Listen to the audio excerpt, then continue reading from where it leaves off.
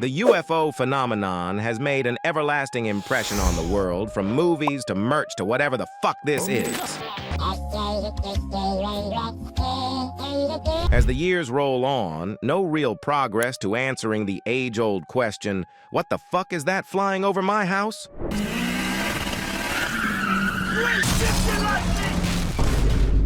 Seems in sight. Why is this? A government conspiracy that involves gay frogs and body pillows? No. Well, at least I don't think so. There are thousands of so-called experts on this matter that peddle the same old spiel. The government is lying to us, man. We're all just cogs in their machine, man. They've 100% got aliens locked up in Roswell. They are putting fluoride in the water, and they are silencing Kanye, man. He made graduation, man. Freaking graduation. No way, that all sounds crazy. What's your source? My source, trust me, bro.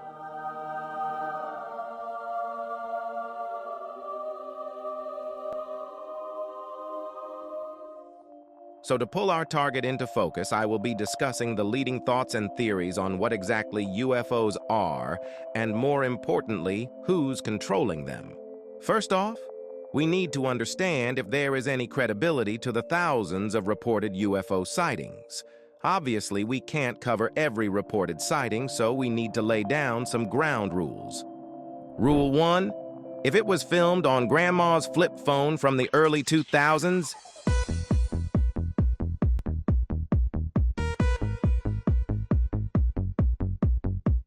it's out. Rule 2, how credible is the source? If the person claiming to have an encounter has plausible ulterior motives, it's out. No, I will not trust you, bro.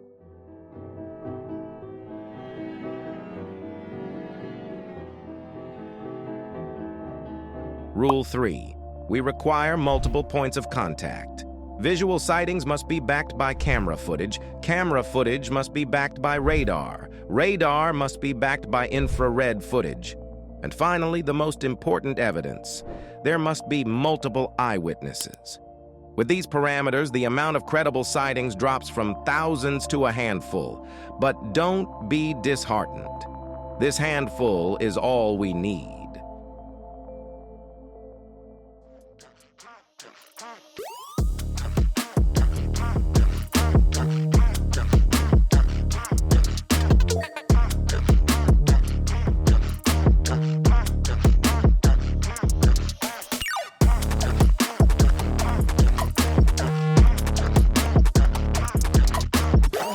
Starting off, we will talk about the most famous encounter in modern times, the USS Nimitz Tic Tac UFO sighting.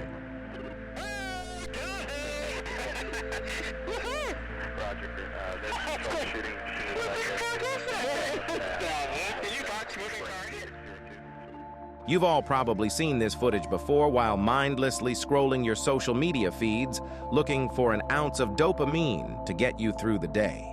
Most people would dismiss this footage on first watch with it being visually, well, kind of boring. But the deeper you look into this footage, the crazier it gets. On November 14, 2004, fighter pilot Commander David Fravor of the USS Nimitz Carrier Strike Group claims to have investigated radar indications of a possible target off the coast of Southern California. Fravor has stated that the USS Princeton had been tracking unusual aircraft for 2 weeks prior to the incident. The aircraft would appear at 80,000 feet before descending rapidly toward the sea, stopping at 50 feet and hovering. For context, commercial airlines only fly to heights of around 30,000 feet. So this drop would feel like a tattered old wet football hitting you in the face 100 times. So does this sighting meet our criteria? Oh, it does.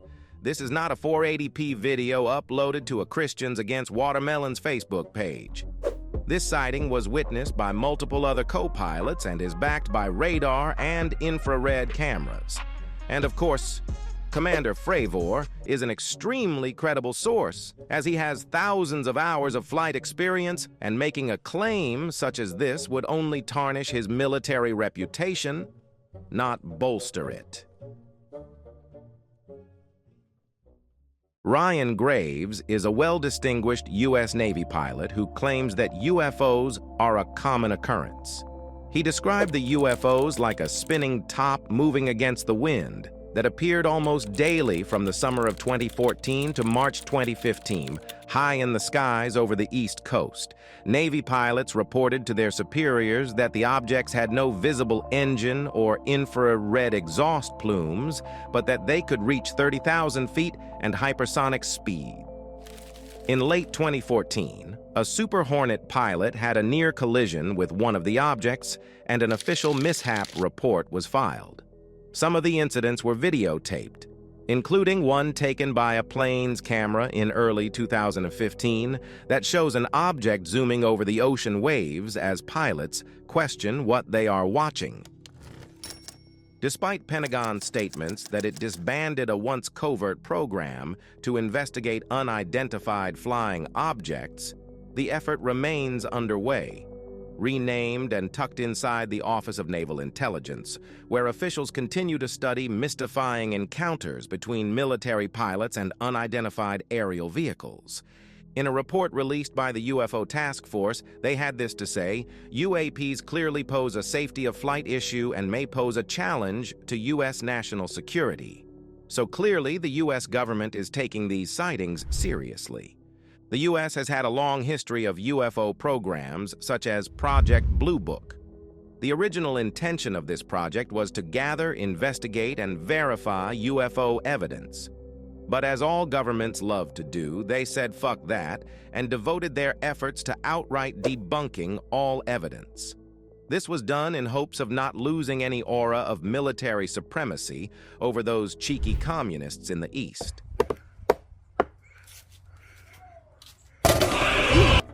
To wrap this section up, let's look at the facts.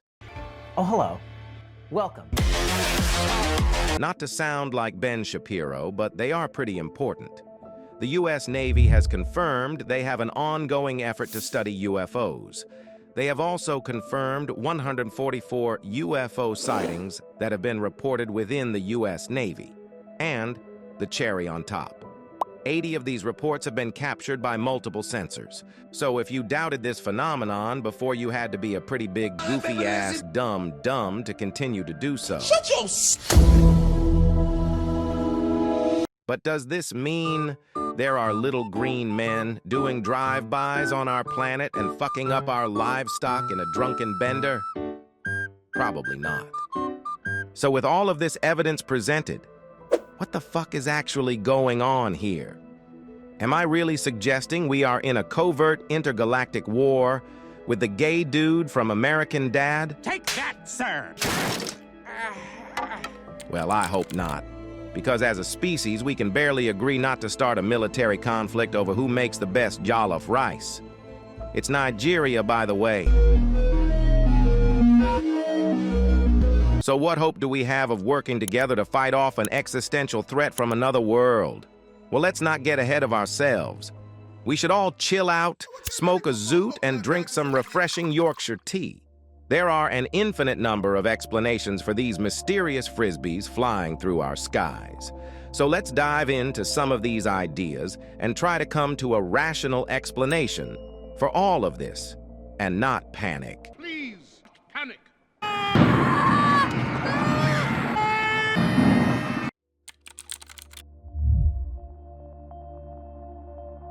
Since the advent of media, the architectural gray alien has been a prominent science fiction figure, with its history being a long and convoluted one with many variations. In 1893, H.G. Wells envisioned humanity's distant future in his article, The Man of the Year Million, describing a form where mouths, noses, and hair were absent with enlarged heads.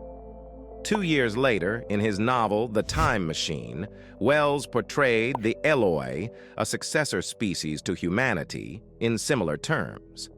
As early as 1917, occultist Aleister Crowley recounted an encounter with a being named Lamb, resembling modern depictions of greys.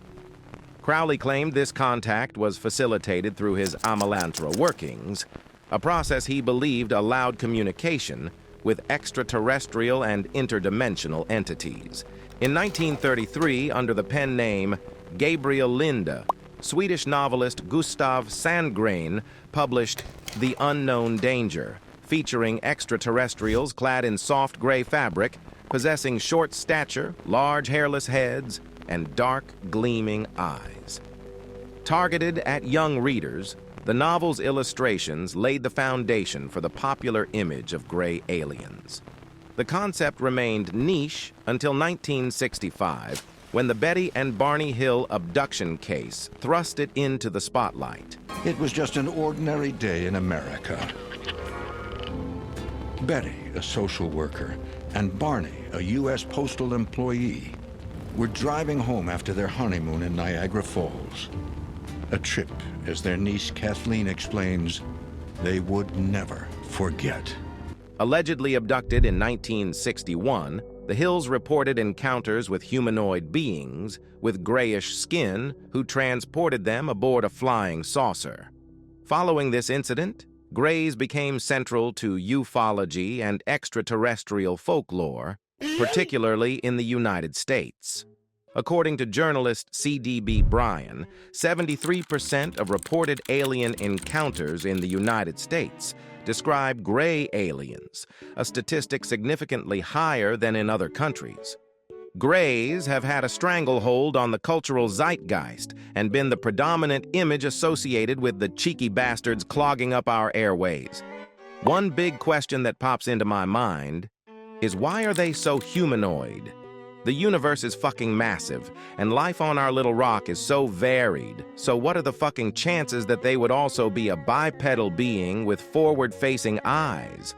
It would be more understandable if they were shaped like a little fart cloud and smelled like the toilet at your local McDonald's.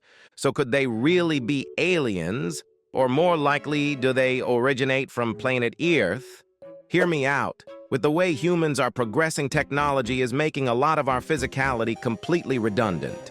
With each generation being more beta than the last, with zero to no gains. Who's to say that in a couple million years, we won't look exactly like those little weak-armed nerds? Or better yet, are we simply just looking at ourselves from the far future? Who's to say, if time travel is off the table? If they are really showing that they can control gravity with their flying saucers, what's stopping them from opening up a little rip in space-time and saying hello to their long-distant relatives?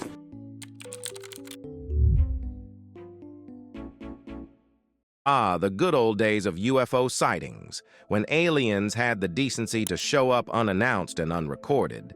But now, with everyone wielding a smartphone capable of capturing Bigfoot's balls in 4K, those extraterrestrial escapades seem to have vanished into thin air.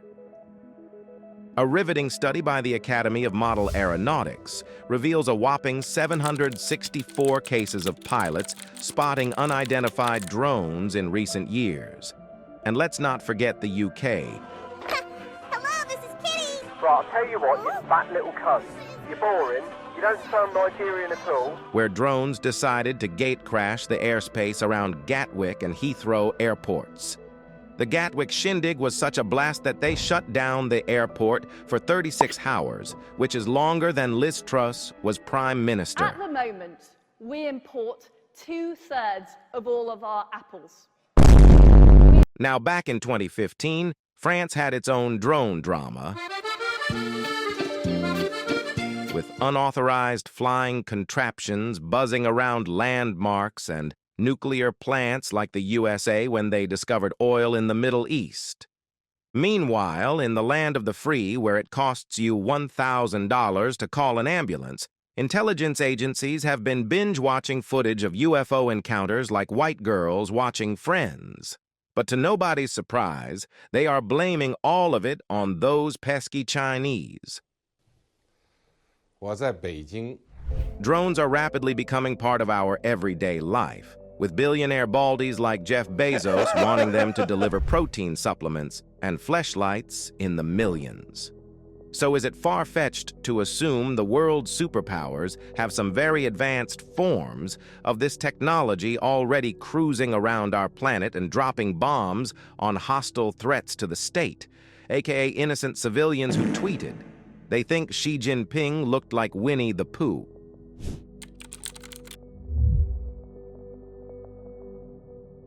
Seen as the last theory was pretty fucking underwhelming, here is one that will get the hairs on your balls tingling. Ah, the delightful notion of self-replicating machines. A sci-fi dream turned potential nightmare since the 1940s, courtesy of John von Neumann. With 3D printing reaching interstellar heights and AI becoming smarter than your average Reddit moderator. The prospect of these contraptions is less out there and more right around the corner. Picture this: a von Neumann probe, cruising through the cosmic void, making pit stops at star systems like a celestial FedEx driver on a never-ending route. It touches down on a barren rock, sets up shop, and begins its macabre construction project. A factory of soulless automatons churning out solar panels and sucking the life out of whatever planet they can get their metal claws on. But wait, there's more. These industrious little critters aren't satisfied with just one system. Oh no, they're on a mission to colonize the galaxy, one plundered planet at a time. It's like a cyberpunk British Empire. Sure, it's a slow burn, millions of years to cross the galaxy at a leisurely 10% the speed of light. But hey, who's counting when you've got eternity on your side? And with each probe popping out mini-me's faster than chavs, the whole Milky Way could be knee-deep in von Neumann's little helpers before you can say, "Ski-beady toilet." Which begs the question, if we're on the brink of unleashing this cosmic assembly line, where are the leftovers from other civilizations? Shouldn't the galaxy be littered with the metallic carcasses of bygone empires? The Fermi paradox, proof that even in the vast expanse of space, the universe has a wicked sense of irony. Well, maybe that answer has been in front of our dumbasses this whole time. UFOs are not filled with little green men at all. They're AI slowly spreading through our galaxy. You're probably asking yourself if this is the case. Where are the big fuck-off factories that would be making these sex bots? As an Italian mobster once told me when I asked where my family was, they're sleeping with the fishes. Louis Brazzi sleeps with the fishes. The world's oceans make up the majority of Earth's surface and remain majorly unexplored. This is because the ocean is extremely dangerous. You hit an iceberg, you die. You hear the Jaws theme song, you die. You forget to charge your Xbox controller, you die. So the ocean seems like the perfect place to collect your resources in peace and not have to deal with the crazy apes with thermonuclear warheads that get angry when someone doesn't believe in the same magic man in the sky as them. So this essentially makes Earth a beat-up old petrol station that you don't really want to stop at because of the weird locals, but you have to, because you are running on empty. Theory 4. It's all just bullshit. That's it. That's the theory. Now go fuck off and do something productive with your life. Bye-bye, loser.